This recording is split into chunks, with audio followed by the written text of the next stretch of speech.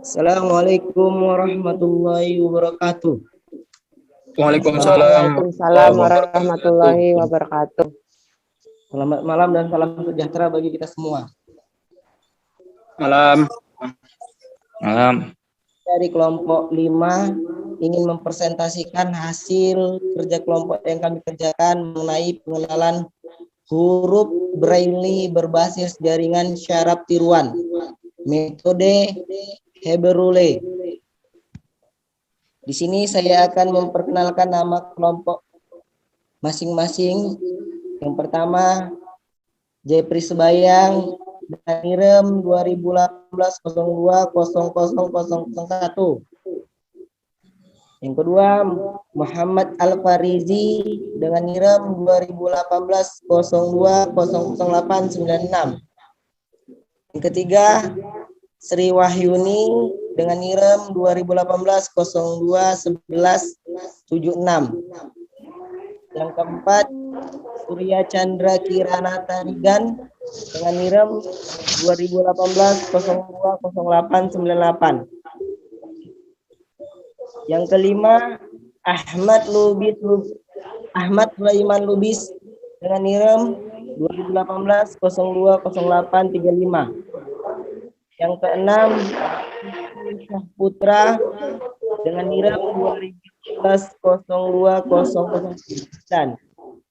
Dan dengan saya sendiri, Reza Ali Aprian Sahab dengan NIREM 2018-02-0854. Untuk mempersingkat waktu, kami akan menjelaskan masing-masing tentang pengenalan huruf Braille berbasis jaringan syaraf tiruan.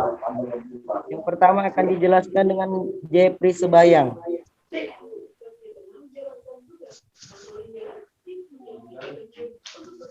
Ya, baik, di sini saya akan menjelaskan tentang metode Hebrew berbasis jaringan syaraf tiruan. Abstraknya yaitu bidang Artificial Neural Network atau NNS atau jaringan sel otak buatan telah dikembangkan untuk memungkinkan proses belajar diimplementasikan pada suatu sistem. Jaringan neuron dilatih demikian sehingga masukan secara khusus menuju suatu target keluaran tertentu. Jaringan syaraf tiruan ini dapat digunakan untuk mengenali huruf Braille pada perancangan ini.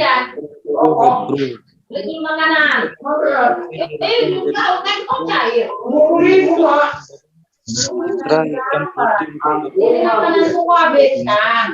nantinya nilai biner ini diubah ke bentuk bipolar yang untuk selanjutnya baru dapat melanjutkan ke proses pelatihan dan pengenalan huruf. Proses pelatihan yang dilakukan sebanyak masukkan huruf yang dilatihkan, maka prosesnya akan semakin lama. Pada saat penulis melatihkan sebanyak 20 kali untuk tiap huruf mencapai sekitar 7 menit untuk tiap hurufnya. Semakin banyak pengulangan yang dilakukan pada saat pelatihan untuk menggunakan 3 kali pelatihan untuk tiap hurufnya.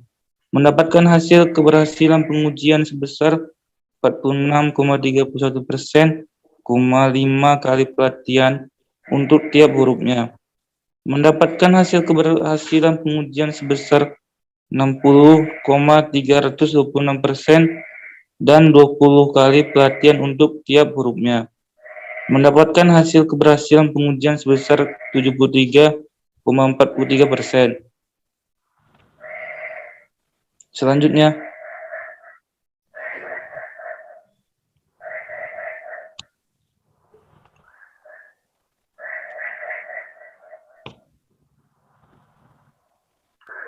satu, pendahuluan.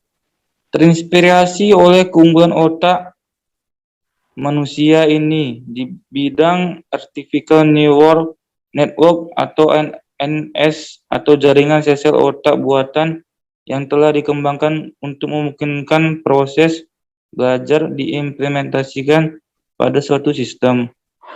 Terobosan baru ini membuat sistem intelijen selangkah lebih maju. Jaringan neuron susunan dari beberapa elemen sederhana yang bekerja secara paralel Umumnya jaringan neuron diatur atau dilatih demikian sehingga masukan secara khusus menjadi suatu target keluaran tertentu itu. Model neuron dan arsitektur jaringan neuron menguraikan bagaimana sistem jaringan mentransformasikan suatu input ke suatu output. Perbedaan cara baca seorang tunanetra dan seorang yang normal adalah karena seseorang tunanetra tidak dapat melihat. Seperti contoh di bawah ini. Mahasiswa jurusan Teknik Elektro Undip, staf pengajar jurusan Teknik Elektro Undip. Tunanetra menggunakan huruf Braille yang cara bacanya dengan meraba tekstur Braille, sedangkan seorang normal dapat membaca tulisan dengan normalnya. Dasar teori citra digital. Citra digital adalah kumpulan titik-titik yang disebut dengan pixel atau picture element atau PEL, dan setiap titik ditandai dengan informasi posisi pada koordinat X dan Y. Suatu citra dapat pula dinyatakan sebagai suatu fungsi bernilai real yang dikaitkan dengan sebuah bilangan yang menandakan intensitas warna citra di titik tersebut, yang diwakili dengan suatu nilai pembatas yaitu bir. Jenis citra ada 3, yaitu monokrom atau hanya yang terdiri dari 2 warna hitam dan putih, aras abu-abu atau grayscale, dan RGB, red, green, blue. Untuk RGB, tiap pixel dipresentasikan dengan 24 bit dan data warna citra adalah hasil dari variasi jumlah warna merah, hijau, dan biru. Slide selanjutnya akan dibacakan oleh Sri Hoyuni.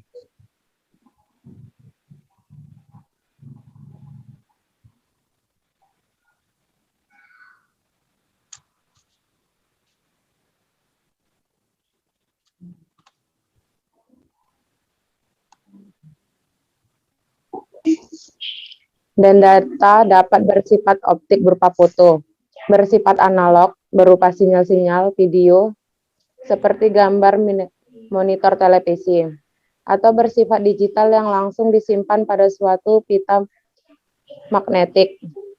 Menurut presisi yang digunakan untuk menyatakan titik-titik koordinat pada kawasan spesial atau ruang dan untuk menyatakan nilai keabuan dan warna suatu citra.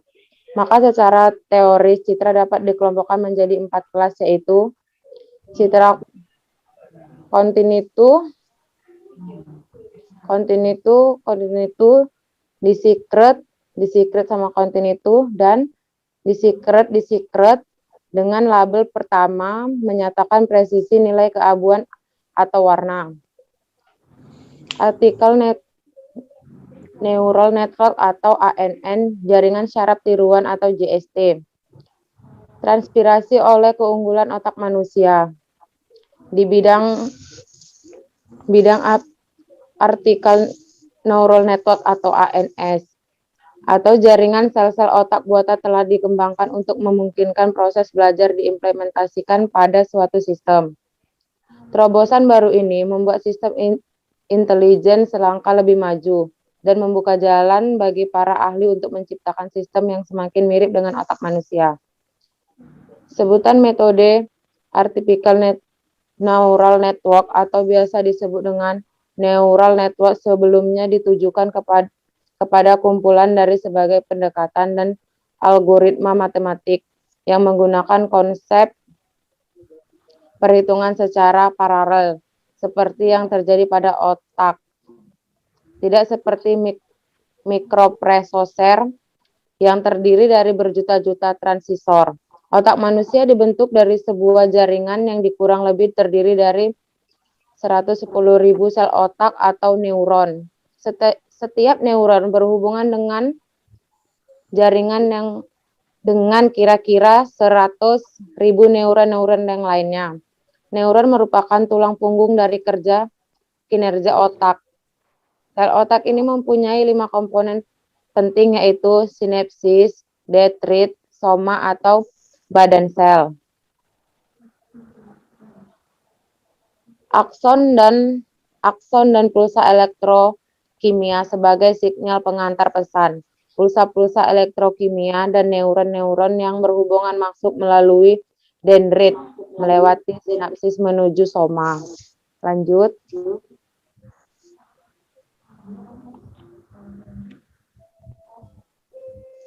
Jaringan Hub Rule. Hub Rule adalah aturan pelatihan yang paling awal dan paling sederhana untuk jaringan saraf tiruan secara umum. Pada aturan Hub, ini pelatihan yang terjadi yaitu memodifikasi kekuatan sinapsis atau bobot. Jika kedua-duanya on pada waktu yang sama, maka neuron akan bertambah. Kita akan mengarah pada jaringan syaraf, yaitu single layer atau fat word. Dilatih menggunakan atau perluasan hub rule sebagai jaringan hub, atau hub juga digunakan untuk pelatihan jaringan yang lain dibahas kemudian. Karena kita sedang mempertimbangkan jaringan single layer, salah satu neuron yang saling berhubungan merupakan salah satu unit masukan dan suatu unit keluaran. Karena tidak ada unit input yang terhubung satu sama lain, tidak juga unit output terhubung. Jika data ditunjukkan dalam bentuk bipolar, ini mudah untuk menyatakan pembaruan bobot yang diinginkan sehingga W buka kurung new sama dengan W buka kurung old ditambah XY, Y. Jika data adalah biner, formula ini tidak membedakan antara pasangan pelatihan di mana unit input adalah on dan nilai target adalah off, dan pasangan pelatihan yang mana antara unit input dan nilai target adalah off. Selanjutnya akan dibacakan dengan rekan saya, Bang Surya Chandra.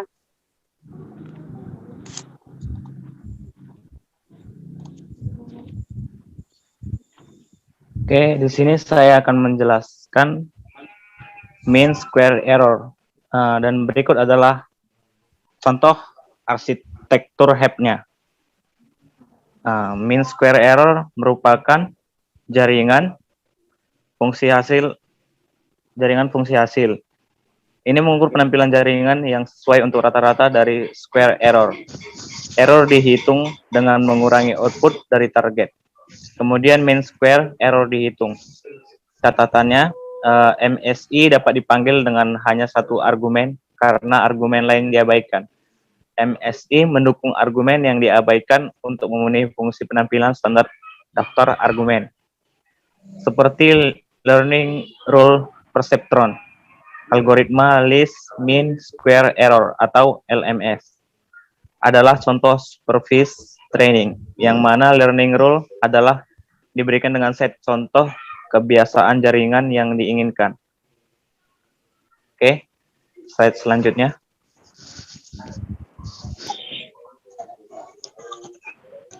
Baik, di sini saya sebutkannya dimulai dari periksa input nama gambar, yaitu harus diisi.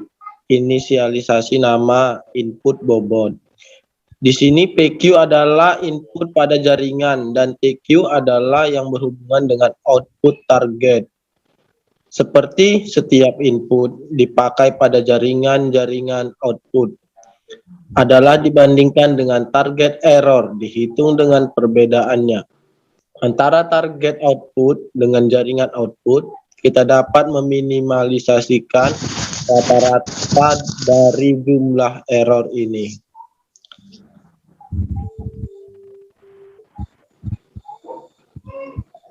MSE sama dengan 1 AE K kuadrat sama dengan 1 AE TK kurang AK kuadrat. Buka file pelatihan jika ada.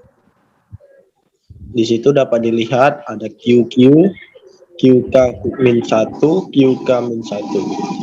Gabungkan input nama dan input gambar dengan isi file di mana TK adalah target dan AK adalah output jaringan. Cari bobot baru sama dengan bobot lama ditambah target dikali input. Perancangan pengenalan huruf Braille berbasis jaringan syaraf tiruan metode Herb Rule. Selesai. Simpan input gambar, nama, bobot, dan target di file pelatihan. Program pada penelitian menggunakan perangkat lunak MATLAB 6.5. Sistem pengolahan citra dilakukan berdasarkan landasan teori pada bab 2. Perancangan program pengenalan huruf Braille menggunakan jaringan saraf tiruan dengan metode Habrel menggunakan diagram alir.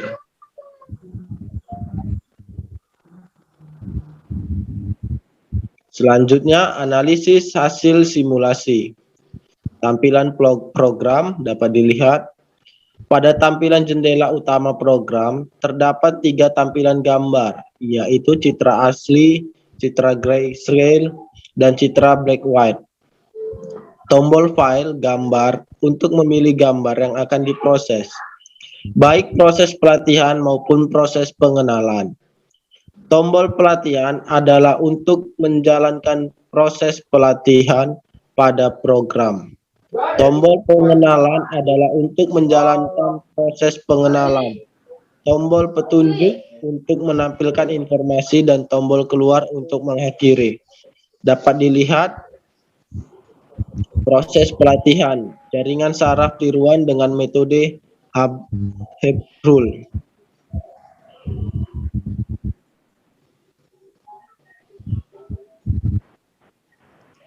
Di situ terdapat citra asli, citra grayscale, citra black white, dan nama gambar MSE.